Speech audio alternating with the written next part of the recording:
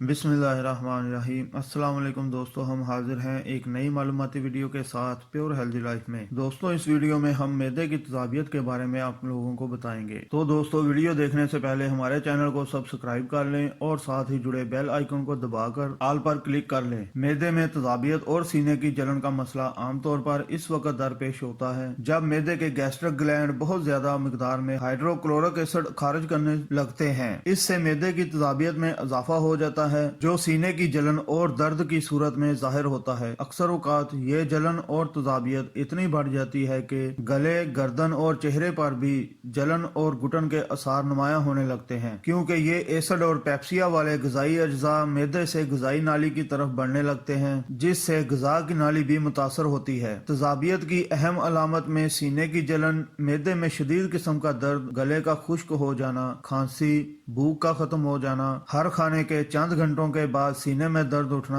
पेट के ऊपरी हिस्से में मुस्तकिल दर्द रहना शामिल है। तजाबियत के कई असबाब हैं, जिनमें जहनी असाबी तनाव, मोटापा, डिप्रेशन, अल्कोहल और सिगरेट नोशी का बकसरत इस्तेमाल, चॉकलेट, चटपटे और मसालेदार खानों का इस्तेमाल, तुर्श और चिकनाई वाली अशिया बहुत ज्यादा पेट भर कर खाना, खाने पीने के औकात में बेकायदगी, हमल, अद्वियात, तंग कपड़े जेब तन करना वगैरह शामिल हैं। घरेलू कुदरती अशिया का बाकायदा इस्तेमाल तजाबियत के खात्मे के लिए बेहद मुफीद साबित होता है, जिससे इंसानी सेहत पर किसी भी किस्म के मनफी असरात मरतब नहीं होते। 1/4 लीमू को 1 गिलास पानी में रात भर के लिए भिगो कर रख दें। अगली सुबह इस पानी में थोड़ा और पानी शामिल करके पिएं। शदीद तजाबियत की सूरत में इस अमल को 7 दिन तक दोहराएं। इसके अलावा 1 गिलास पानी, 1 चम्मच लीमू का रस और चुटकी भर सोडा बाइकार्बोनेट मिलाकर दिन में 2 मरतबा जरूर इस्तेमाल करें। हर खाने के बाद और रात को सोने से पहले देसी घी या मक्खन के साथ चुटकी भर हींग को गर्म करके नाफ पर लगाएं। इससे मैदे की तजाबियत को काफी सुकून मिलेगा। 1 गिलास पानी ले लें और इसका 1 घूंट मुंह में भरकर चारों तरफ घुमा लें और इस वक्त तक घुमाएं जब तक के पानी थोड़ा गर्म ना हो जाए। फिर पानी मुंह से बाहर फेंक दें। इस अमल को इस वक्त तक जारी रखें जब तक आपके मुंह में मौजूद लाव का जायका बेहतर ना हो जाए। पानी जिस्म की गर्मी को दूर करता है और एसिड को अच्छे तरीके से तहलील करके निजाम हाजमा के अमल को सरगर्म कर देता है। हर खाने के बाद 1 गिलास दूध में 2 खाने के चम्मच इसबगोल मिलाकर पीना।